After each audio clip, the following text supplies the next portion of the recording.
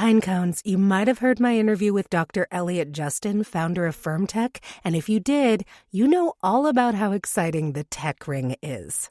It's a health wearable that improves men's sexual performance and gives them priceless health data that can act as an early indicator of heart issues. Yeah. During sex, it keeps you hard and makes your orgasms crazy. And during sleep, it tracks your nocturnal erections, which can literally tell you if you have issues with your heart or hormone levels before they get really bad. This product saves lives and marriages. And I'm really excited to give you a 15% discount on any of FirmTech's products with code ClosetEd at checkout. In addition to the Tech Ring, they also have the Performance Ring, a non-tech cock ring that features a really cool hook and eye design to avoid having to shimmy the ring down the length of your cock, which, if you've tried that, it's not the sexiest. They also have the Ring Mate, a vibrating attachment that works with the Tech Ring and Performance Ring and can also be used on one's fingertips. Ooh la la.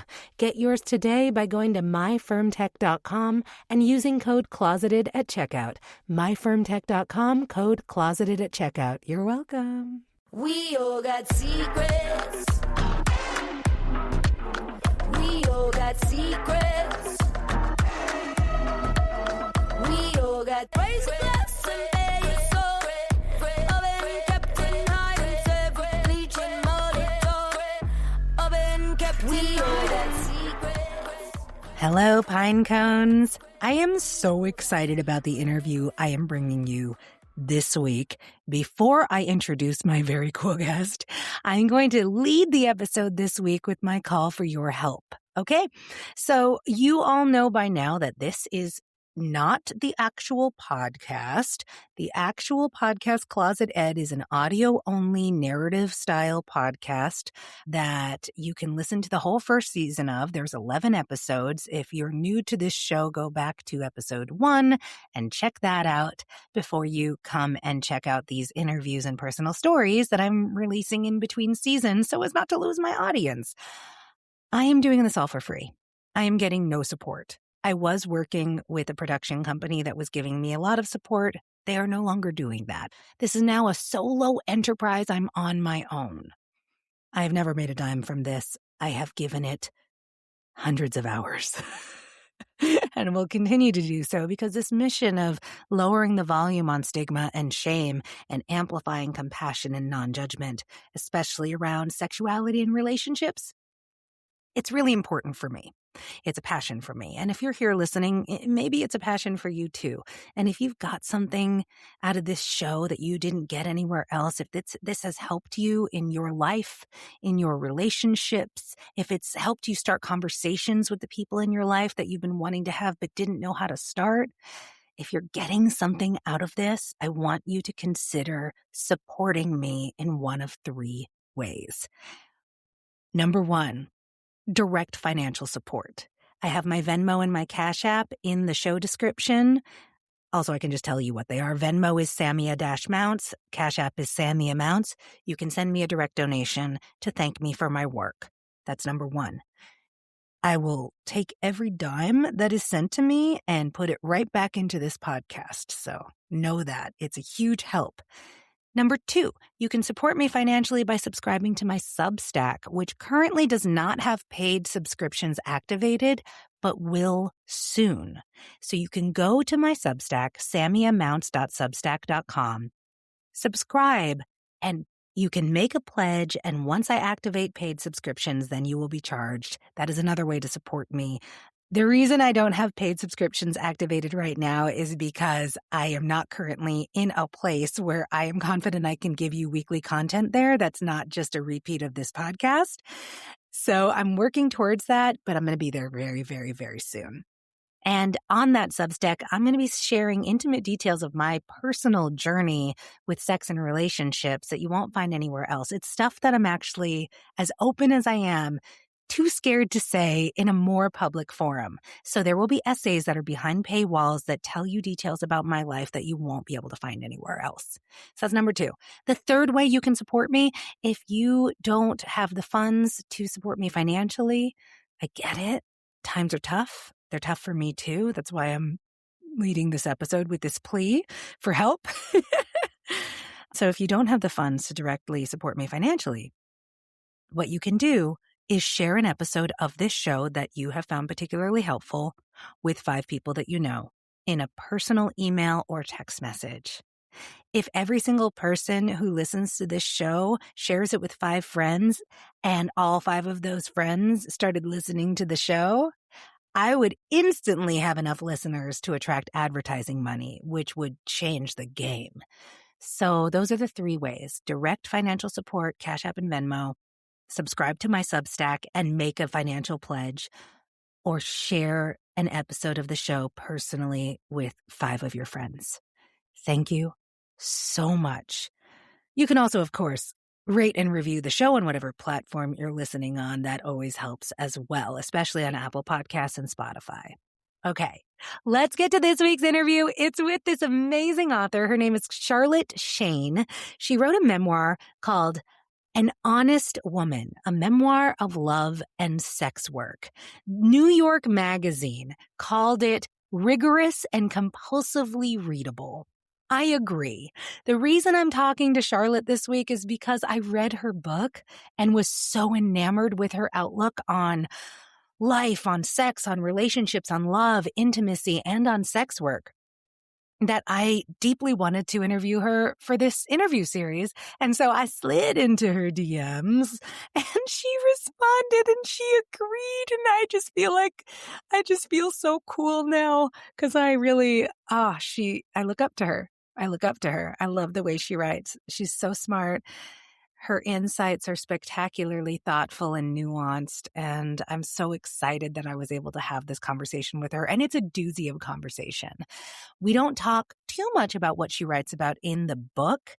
I tried to gear the conversation towards stuff that's not in the book because I really want you to go get the book. And of course, there are links in the show description to Charlotte's website, charlotteshane.com, and links to buy the book. So without further ado, let's go talk to Charlotte Shane. Charlotte Shane, welcome to the ClosetEd interview series. Thank you so much for talking with me today. I have not been this excited about an interview guest in a minute. Thanks for being here. Thank you for having me. I'm excited to talk with you. Okay, so I am so excited that you're here because I recently read your book, and what I loved so much about your book is you write about sex work in a way that is very conscious and empowered and feminist. And my experience talking to actual sex workers really aligns with the way you write about it. And I just really appreciated that. And part of my goal is to destigmatize sex work. And I'm curious about your origin story. You write about this a little bit in the book, but what attracted you to sex work in the first place? And what gave you the courage to actually pursue it in the face of so much stigma and shame in our society around women and sex work in particular? Well, I think I was curious about sex work probably from a young age. I like to I like to imagine for other people too, maybe you can answer this, what age you think you became aware of sex work as a phenomenon? And you were probably pretty young, right? It's kind of, to me, it feels like it's sort of in the atmosphere. So you don't necessarily remember the moment you learned of it, but you know about it. I had an interview with Luna Robbie, who is a courtesan at Sherry's Ranch outside of Las Vegas. And she said her first impression of sex work was Lovely Ladies and Les Miserables. And I realized that was probably mine too. Because I was obsessed with Les Mis when I was 12 years old. And I wanted to play Fantine. And her whole storyline is she falls from grace and becomes a prostitute. But what's so beautiful about Les Mis is she retains her dignity and is treated as a human being in that show. So, but yeah, for you, what was it? I mean, maybe it was Pretty Woman, or Pretty Woman at least made it explicit, Yeah, Pretty Woman was another big one. Indecent Proposal when I was a kid was actually really big, which is a movie that does not have the staying power of Pretty Woman. It doesn't have, Julia Roberts in it, but Indecent Proposal. Yeah. And that was, the premise did successfully scandalize people. But that era too, that stretch, it was also Elizabeth Shue, I think. Did she win the Oscar? She was definitely nominated for Leaving Las Vegas. And then Mira Sorvino won it for Mighty Aphrodite. That was just a period when if you as an actress want to be taken seriously, if you want to be considered for an Oscar, you play a prostitute. You know, Jane Fonda had done Clute decades before. But God forbid you actually be a prostitute in real life. Well, The you know, dichotomy actresses is never striking. have been, right? That's a very Right, strict no. delineation. Yeah. Yeah, we were not stereotypically thought of as prostitutes for most of history. No, we weren't. Right. Yeah. We are, and like, just to be clear, like, I am an actor, and like, we're all whores. Like, whether we sell our bodies or not, we all want to, because the industry is unstable. I don't know a single young actor who has not at least thought about going into sex work and craved the financial stability it could bring them. Well, So, all types of creative work, right? Like ballet dancers, you know, all of these industries have legacies of dubious patronship, you might say. Yeah. Like, I once had a foursome with two rich men. It was me, a young actor singer, and this gorgeous young opera singer. And like, it was, I don't think we were not getting paid, but we were getting paid for. Like, we weren't there in the capacity of sex work, but we were there in the capacity of, you're introducing us to luxury. You're introducing us to luxury and luxurious experiences that we would not have access to otherwise. And we are happy to have sex with you for it. Like, that's normalized in our culture. And it's so rude that we throw so much disrespect and shade at women who engage in that, but like, never the men. Yeah. And also that making the terms of it clearer is sort of the real taboo, you know. Yeah. All right, back to you. So we were exposed by media, and, you know, media sort of like celebrates and shames sex work simultaneously. But what gave you the courage to actually go into it? I feel like that's the part where a lot of people are like, oh, it sounds interesting, but I could never.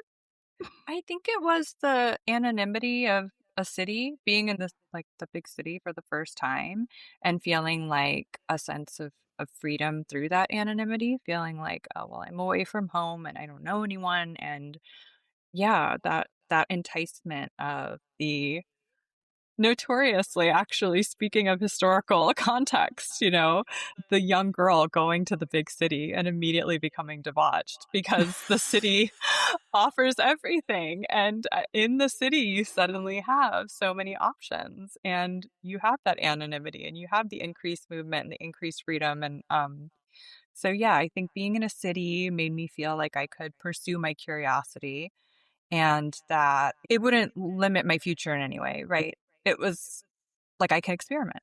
I can satisfy my curiosity and then move on. But I never moved on.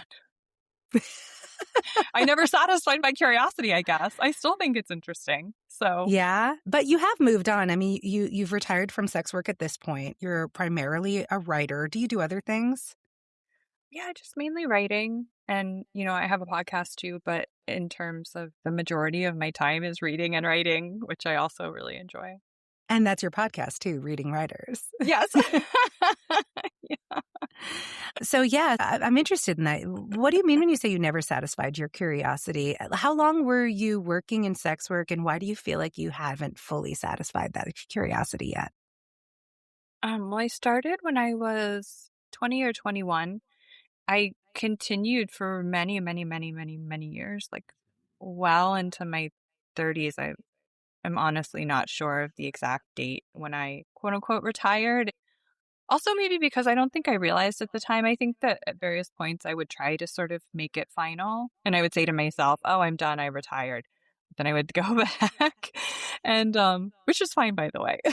Everyone's allowed to do that. But so then I think when it finally was over, I think it was a little bit more of it felt less intentionally final. It just felt like maybe I stopped accepting dates, and I stopped checking the email and replying to email and replying to texts. And there was just, for me, the thrill and the stimulation, the mental stimulation, you know, the emotional stimulation of meeting people through sex work never, I guess I can't say never, but it took a really long time for it to become less interesting to me.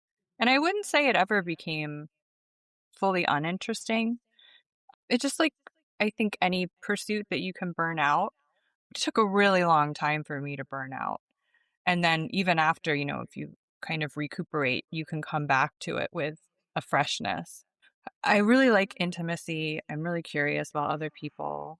And the container of sex work was very potent for me because it can generate that near immediate intimacy.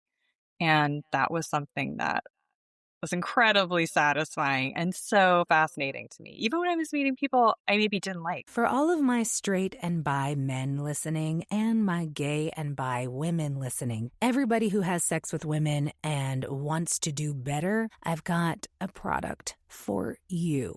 Have you heard of Kenneth Play? He is an Adonis of a man, and he has put together a video course teaching others how to please women the way only he knows how.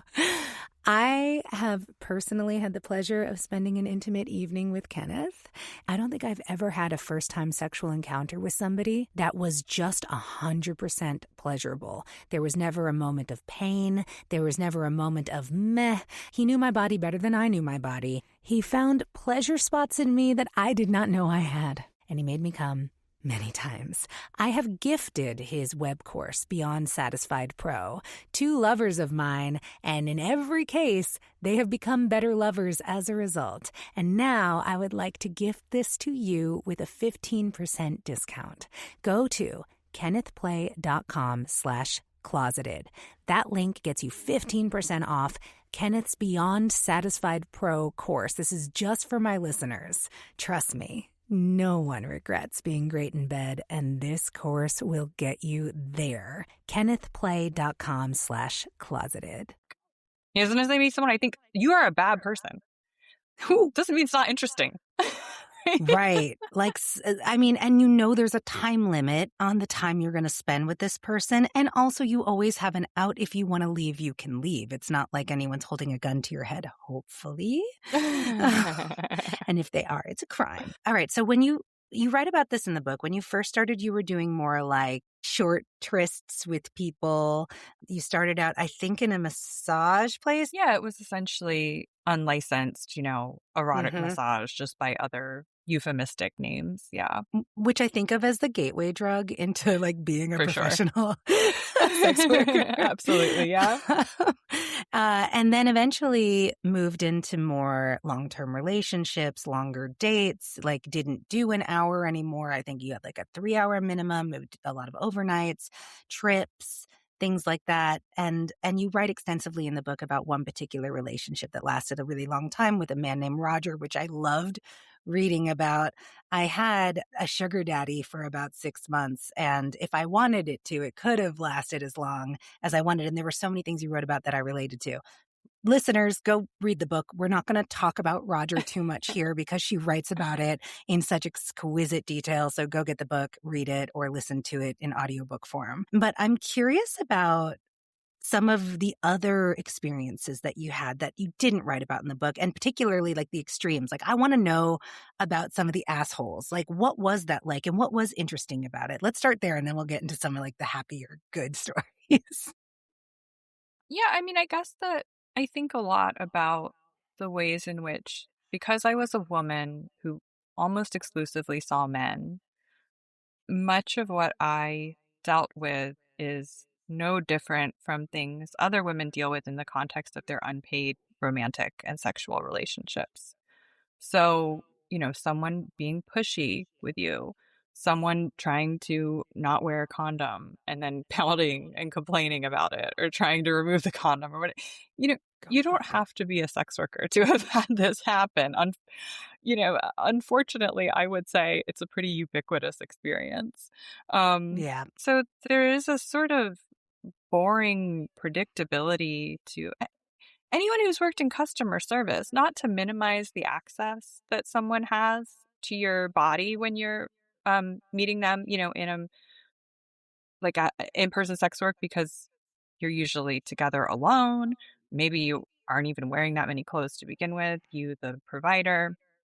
So that's different than, someone going to like fast food or going into a clothing store or whatever. But notoriously, customers can be volatile, they can be verbally abusive, they can be physically abusive and threatening. And that is true for sex work as well, of course. And actually, which I do think I mentioned in the book, I know I'm not alone in feeling like the parameters of the sex work encounter tended to make men behave better than they would without the parameters. And there was something, I don't know, soothing, calming about maybe the sense of relative guarantee that they were going to be sexually satisfied or catered to, that removes some of the like edginess or nerviness that maybe is more present in like a first date or something.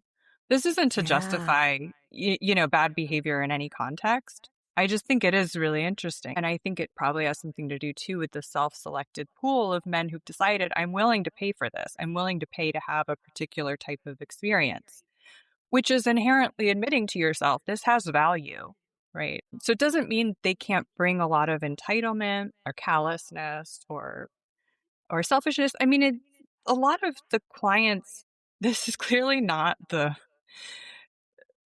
sorry to be discursive, like I always do the digressive. I mean, Oh, that's but okay. I've been Digress. I thinking have of, ADHD. I'm I on a know, million right? tangents in my brain at Right. all times. You see the little thing flying by and you're like, oh yeah, that Ugh. but I one of the things about the Epstein files, which I have not been paying much attention to because I don't want to know, right? A lot of the worst, right? I don't want to know it. I already believe it, everything. I don't need to know it. But Yeah. something that has, if I may be forgiven, tickled me is all these people being struck by billionaires and CEOs writing emails that are barely intelligible. And that was one of the first things I learned through sex work is these incredibly rich, powerful men would be communicating with me not even like a fifth grade level, someone who you think you don't know how to write and read in not a judgmental way, right? This is like an objective assessment. You don't know how to write and read. And, Yeah. so, so, I mean, I had clients who were incredibly wealthy, 0.001%, whatever, for sure, high profile, whatever. And they were really nice in person. And they are the type of people who, because of my politics, under some circumstances, I would be like, take him to the guillotine. Speaking of Les Mis, like, let's sharpen up the blade, And, but in person, they were funny, they were charming, they were kind. This isn't to say they're exonerated for destroying the environment, for exploiting their workers, for whatever else they've done, right? Right. But personally, one-on-one. And I think that is an important realization for everyone to have, probably, because an important aspect of human nature to understand, right? That part of why, people can stay friends with known abusers and those type of things. It's not always because they're getting something out of it financially or they're getting something out of proximity to power. Sometimes it's just like when you're hanging out with someone charismatic and they're making you laugh, it's hard to be mad at them for something they didn't do to you. And again, Yeah. I'm not trying to exonerate anyone. I'm just kind of like, this is the reality of the situation, right? And this is what I love Um, about your writing is you're so nuanced and you have such a way of seeing the complexities in people and situations that for the sake of feeling like people are secure, a lot of people don't want to do that. They want to see things in black and white, good guys, bad guys, us, them. It makes people feel like they understand their place in the world, and it helps them combat the ever-present uncertainty of life as a human. And you are able to cut through that and be like, no, this is like actually really complicated and nuanced. And that's what I love about it. It's a fascinating point you make that men who were paying you often treated you better than the men you were sleeping with for free. Like the guys you would just date and see in your personal life.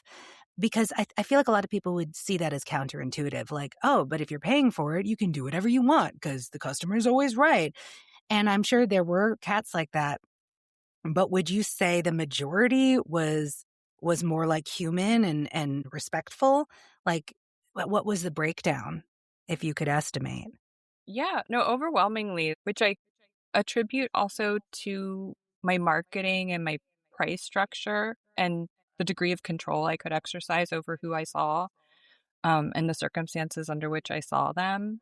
That I feel like I was mistreated very rarely. And when I think about experiences in my life of sexual like humiliation or disrespect, some of them are in happened at work and some didn't. And I don't think that work is actually as in the pie chart of my sex life, like my sex life as a whole, I worked a lot for a long time. So most of the sex I've had in my life has been paid. I've had a lot of unpaid sex for my own recreation and curiosity and enjoyment. But I do think that like a big chunk of that pie is paid sex. So for the number of incidents that I recall still as being a source of pain, I would say they're weighted more in the unpaid side, which is Wow. even right. It's even more disturbing, right? If you're picturing that it's like 35% of the pie or something, and it has the lion's share of this particular experience. And then the clients that I might have had clients that I didn't like, that I thought were unpleasant. And a lot of that's because they were self-centered. Pardon Can me. you They were share a self-centered. specific can you share a specific story? Yeah, I mean, in terms of anecdotes, I don't know. It does blur together when you're spending time with really rich people that they're not really incentivized to be interesting. You know, like being interesting isn't going to make them richer. So I think that's part of why when I picture it, I'm just sort of like, "Ugh." I mean, it's kind of funny. Like they like a lot of times they're gossipy. And so that was part of why I really tried to protect my privacy very aggressively because they love to gossip. They love to see multiple sex workers and then gossip about the, you know, that's So they'd come to you and be like, "Oh, your friend who I saw last week did this, and what do you think of like that kind of thing? Like catty little shit yeah, like that?" yeah, they just catty stuff where I mean, some women participate in that as well, right? Some women they want to like steal each other's quote unquote whales and stuff. I don't like that. Like that wasn't my way of operating for a bunch of reasons. But And a I don't whale, know. I take it is like a cash cow kind of client. Yeah. Just Yeah. someone with a tremendous amount of money at their disposal. That even if they aren't necessarily like a huge spoiler, even if they're not someone who's buying tons of gifts, you know that they have this massive amount of money. Like, oh, what if I could get my claws into that? Like, which is okay. A lot of people think of that way, not just some sex workers. But I I think I mentioned in the book that I felt like I charged so much for my time. I wasn't like I need to get more. I was getting a lot already. Are you So, willing to talk about how much you charged? I mean, I charged thousands. The cheapest appointment with me was still thousands of dollars by the time I retired. Uh, I bow to your hustle. I bow. I bow. That's thank you. I mean, it's amazing. a hustle. Yeah, it's like Thousands of marketing. dollars It's yeah, minimum. How, yeah, yeah. like if somebody wanted you for like a weekend trip, like 2 nights, 3 days. It would definitely be five figures. Wow. Yeah. Um, I honestly don't remember. That's why I hesitate. Because No, it's that's been a okay. Like that's while. Yeah. ballparks are great. Yeah.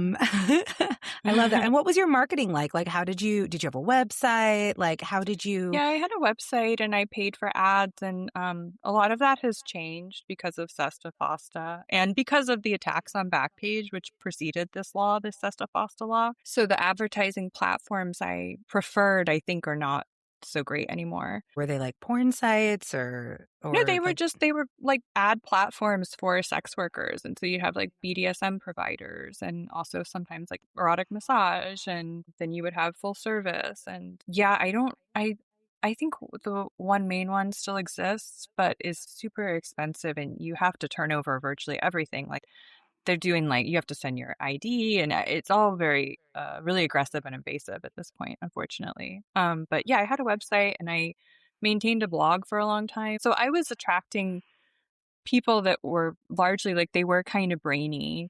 They were sort of like tended to be a little more like me in as much as they're bookish. Maybe they were introverted or they wanted to see themselves as bookish and sort of intellectual.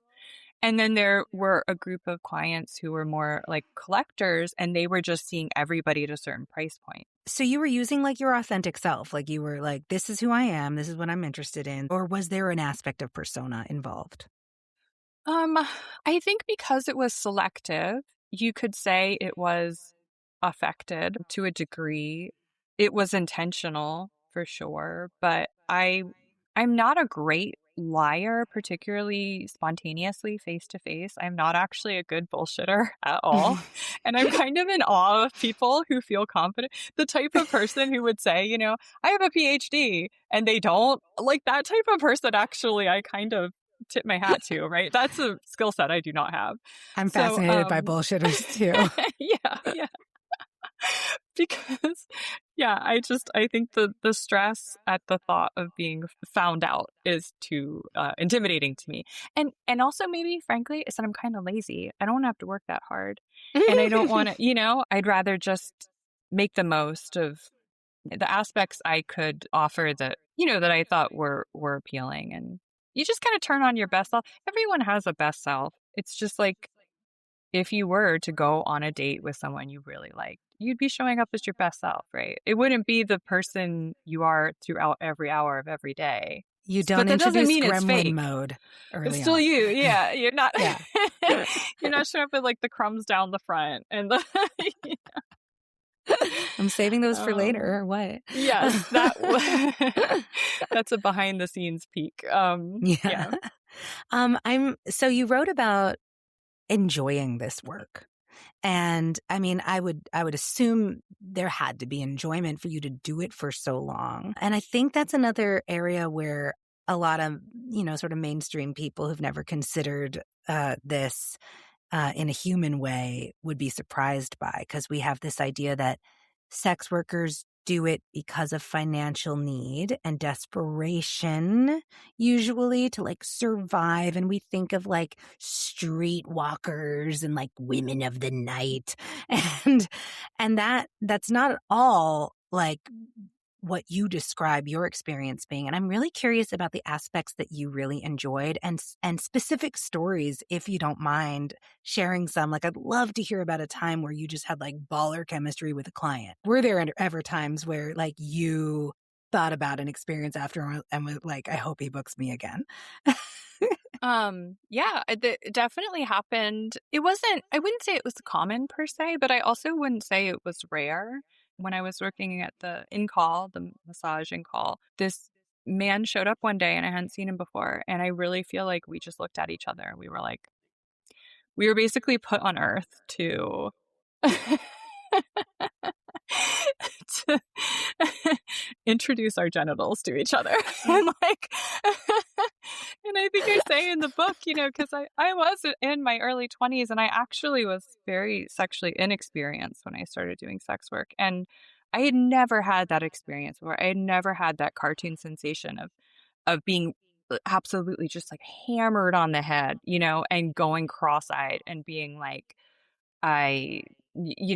your brain does leave your conscious mind checks out. It's sort of like, I don't have any place here. Rest of the body's got it handled, And I also had this client who I had a really incredible date with, and we had the most insane chemistry. And he was a hardcore hobbyist, meaning he saw tons of escorts. He would see a lot of different escorts. That like hiring escorts was a big part of his life, a big part of his recreational time, his recreational expenditure. And I have no idea if this is true or not still to this day. I think it is, but maybe like this is how he got his kicks. So after we had this incredible time together, maybe like 2 days later, something, he emailed me and said, our night together was so incredible. My wife has found my account. I'm not going to be able to see you again. And I think that was probably true because there's like a social media famous divorce lawyer who has this saying that I absolutely think is true, which is he says men and women cheat in equal amount, but men are worse at it. And I think that's true. The number of clients I had who were so careless, so unimaginable, it's like they don't even try to cover their tracks. There's less incentive and there's less consequence for them. There's less consequence for them if they get caught than there is for women, just culturally speaking. I So think there's less 100%. incentive to be careful. Yeah. I think it's still true that they're probably the primary or only breadwinner, and the wife is disincentivized from divorce, even if that's what she wants, but she's probably going to be inclined to stay if they have children, if she is a stay-at-home mom. So I think you're right. It's like they don't feel the pressure. They don't feel the need to cover up. So Yeah. I don't know. It's really funny. I was just thinking of him the other day. You never And saw him again, huh? No, I never saw him again. But Wow.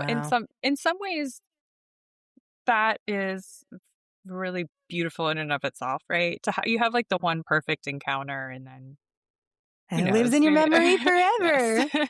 Yeah, that's Probably a lot getting of us. embellished a little every time you recall it. Status of like, legends. if you make that first impression on someone, you'd be happy, right? So there's a lot to recommend it. Yeah.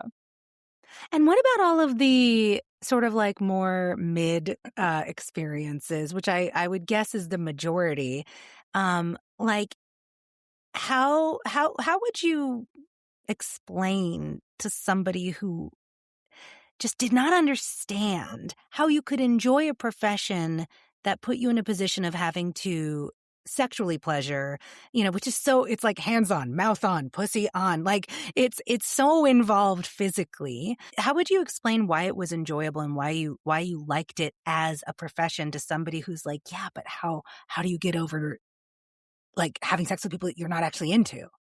Like, how could that possibly be anything other than shitty and traumatic? Yeah, I mean, I think that I am and was really well suited to sex work, and that is obviously not true for everyone for a bunch of reasons. Some people have like trauma in their past that would make them really ill-suited for it. Some people are just not at all inclined. Some people don't like anyone to touch them. But I'm someone who does like being touched a lot. Like I could probably be touched for hours if someone is, if someone like knows what they're doing. I'm not even talking about like being aroused, right? Just being petted like a cat for hours, right? And they could stop and I'd be sort of like, why did you stop? Done so soon? After 3 hours? Okay. I guess. I love that. Why did we bother? But and I mean, maybe I should have applied this propensity to medicine or something, but I'm really not squeamish. So, people aren't always that clean.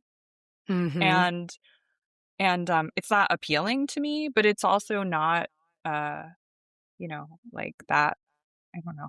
It's like not that big a deal. It's gross. It's not ideal, but it's also like, I'm not gonna, right. I'm not someone who is gonna freak out because I like smell poop or something, Okay. So yeah. You don't have like a metaphorical gag reflex for human like odors that disgust trigger is very, I don't know, like I don't know what's the reverse of a hair trigger. Like it takes a lot for me to really be like so repulsed that I can't function. I don't know that it's ever happened. So and I think that if you are a curious person, that carries you through so much. Just the interest of what's that like? What's going to happen next? Why is this person like that? How can this be different? Can it be different? Can I change it? Can I do this? Like being curious is sort of a superpower, I think. Pine cones, I've struggled with insomnia and ADHD my whole life, and I've finally found something that helps me manage both. It's not a drug, it's an app. The BetterSleep app has revolutionized my sleep and my ability to focus while awake by giving me access to a huge library of sounds and guided meditations that I can combine in whatever combination works for me that day. I can layer binaural beats with green noise and rainfall, or ocean waves with the sounds of seabirds. I can listen to a wide variety of meditations focused on things like relaxation and gratitude. This practice invites you to gently drop into the here and now. You gotta try this out for yourself, and you can do it for free for 30 days by going to bettersleep.com/closeted. There's nothing more important for well-being than good sleep, so go get yours. bettersleep.com/closeted. One thing I really loved about your writing is, like, you were able to talk about the things that you liked and disliked, but you did everything in a way that didn't feel like you were judging anyone. Even the shitty people, you would always be like, well, I can, kind of understand. Like when you talked about like other sex workers kind of being shitty, you didn't, it wasn't with the air of I'm looking down on anybody. It was with the air of some people are like this. Which I really enjoy. You had boyfriends throughout your sex work career. I heard you say on another podcast that you were almost always in a committed relationship with somebody. Did these people you were in relationships with know that you were a sex worker, and how did they handle it? Yeah, they always knew. It's so funny. I think of myself as someone who's been single my whole life, and I've like never been single. Isn't that so funny? But you've been free. You've been free. You're so right. It probably is because I had this degree of like license that women in straight relationships normally don't have.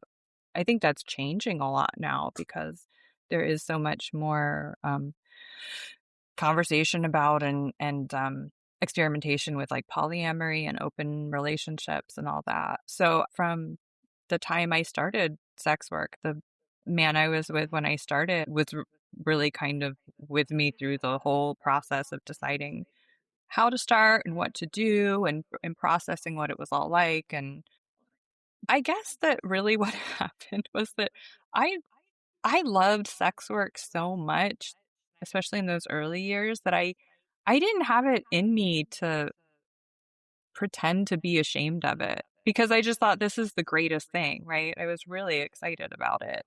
And I was also meeting other women, other workers through sex work who were complimentary, brazen.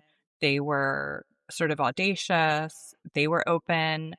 They were very politically informed and aware, and they understood their actions in a political context. And they were so inspiring to me too. And then when you surround yourself with those types of people, I think you don't have your ability to kind of play along with the other world is diminished, I think, beneficially, to the good of you. And social permission is something I talk about a lot. You had social permission because of the people that you were spending time around. Mm-hmm. And then it becomes kind of it's like a positive feedback loop, right? If I'm telling people I meet that I'm a sex worker, people who have a problem with that leave my life. And sometimes it hurts. Yeah. Sometimes I have, speaking of like very strong, clear memories related to sex work, I have memories of people rejecting me because women who rejected me, who I thought were friends because they found out about it. And of course now it's okay, but it did hurt at the time. But then I think now I'm at a point where for so many years, everyone who cares about me knows that, and it doesn't interfere with them caring about me. And in fact, so many people in my life have done sex work, and I've had men come up to me. I've had so many men come up to me at events and in other contexts. When I did yoga teacher training, I like told a small group, and then this man kind of pulled me aside and was talking about the sex work he'd done. And that is a great privilege, and it's also a thrill. It's really fun to bond with people that way. So I mean, it's to me, it's like I wouldn't even call it like a trade-off, because it's just the positives so dramatically outweigh what are the negatives, like. Well, I mean, I'm interested in that actually, because so in the third or fourth episode of my proper podcast, there was an episode I did in season 1 about a woman who is a closeted sex worker.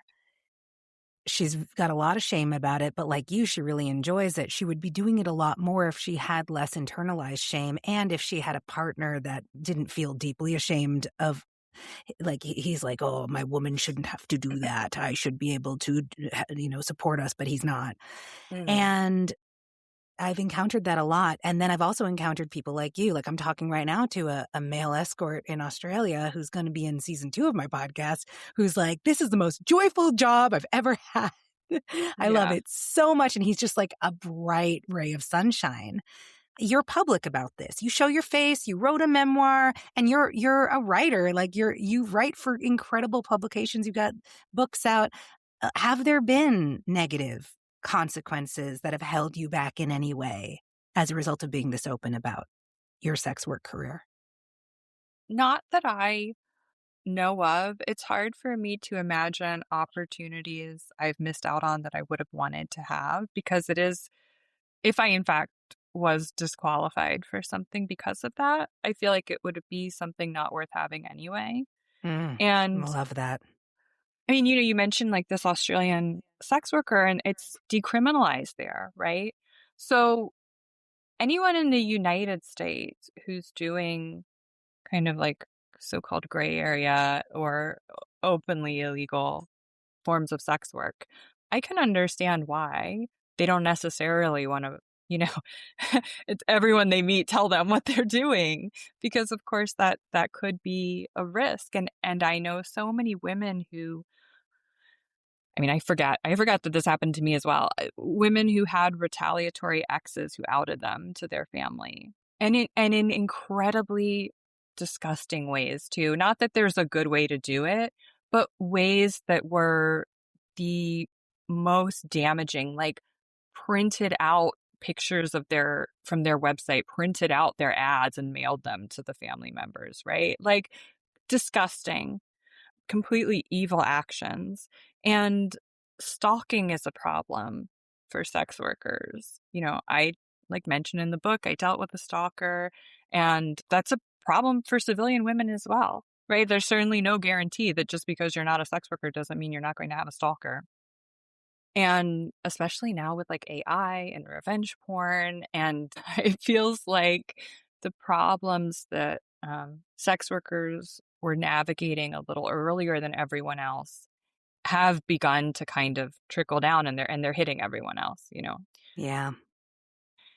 So I don't want to act as if I'm naive or uninformed about what it can cost someone to be out. But I think I don't ever want to underestimate the amount of luck I had for no reason of my, not through none of my own doing, right? Just luck and privilege can be included in that. And I did try to be really strategic and savvy and as smart as I could be. And I didn't show my face in connection with my work for a very long time.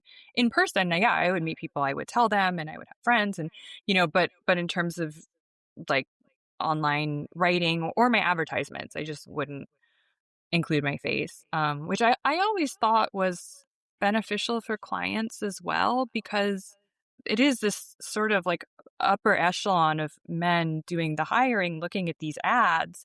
So maybe you don't want people around you, like in the restaurant, to be looking at me and say, oh, I also saw her ad, right? Like, I don't know. I just Yeah. thought that not having my face was actually better for everybody on my ads. And I am lucky in that my family largely accepted it. They knew, or was this after you got They outed? Yeah, it was I think they sort of found out through the outing, even though I tried.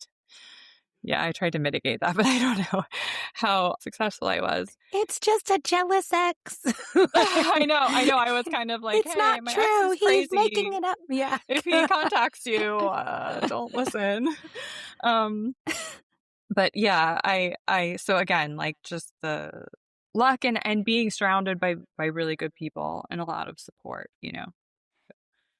My last question for you, because my show is all about debunking this false I think, idea of normal that we have in our culture, which is based on, patriarchal values, sex negativity, homophobia, misogyny, the works. We have this idea of normalcy. Normalcy is lifelong monogamy and heterosexuality and having kids and marriage and all that jazz. That's what's normal. And if you deviate from that, you're a deviant. You're not normal. You're something else. As somebody who a lot of men have cheated on their wives with, and as somebody who has spent a lot of time with other women who are in the same boat, and spent a lot of time with these men, what's your take on what's normal? I I think that because of my appetite for human eccentricity and idiosyncrasy, that I really love the specific tastes and desires that evolve in people, and that perhaps this has been true of you too. The more you become acquainted with kind of how specific people's desires and tastes and also the just completely like wild, unpredictable thoughts that other people are capable of having, when you kind of back up from it, you do see that variety and multiplicity are what is normal.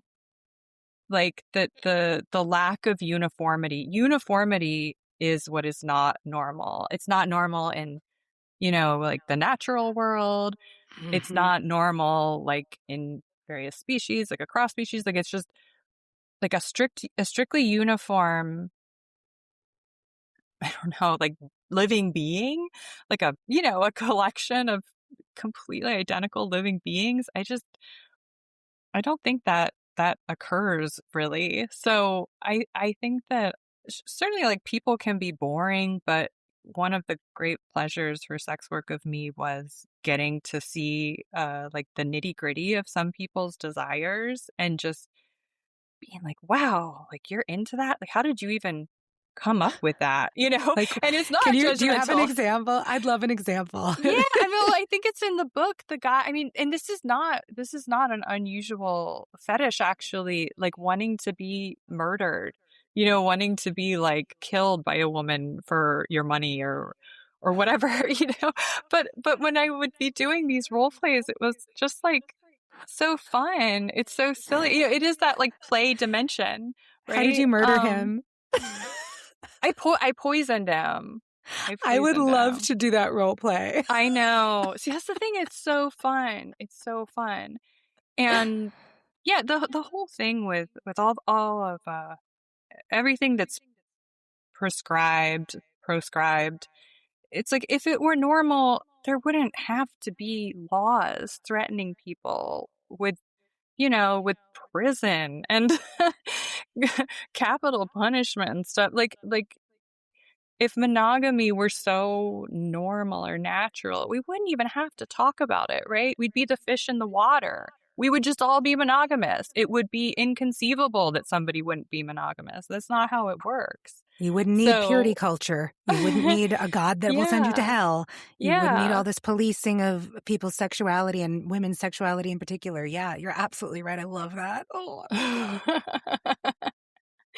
So I mean that the great pleasure and privilege for me and for many of the sex workers I know and sex workers I've never met but whose work I've read, it's like getting to know these little pockets in people that are so fascinating and that they understandably and with good reason aren't going to share with everyone else in their lives. But it's so fun. It's such an honor. It's such a privilege.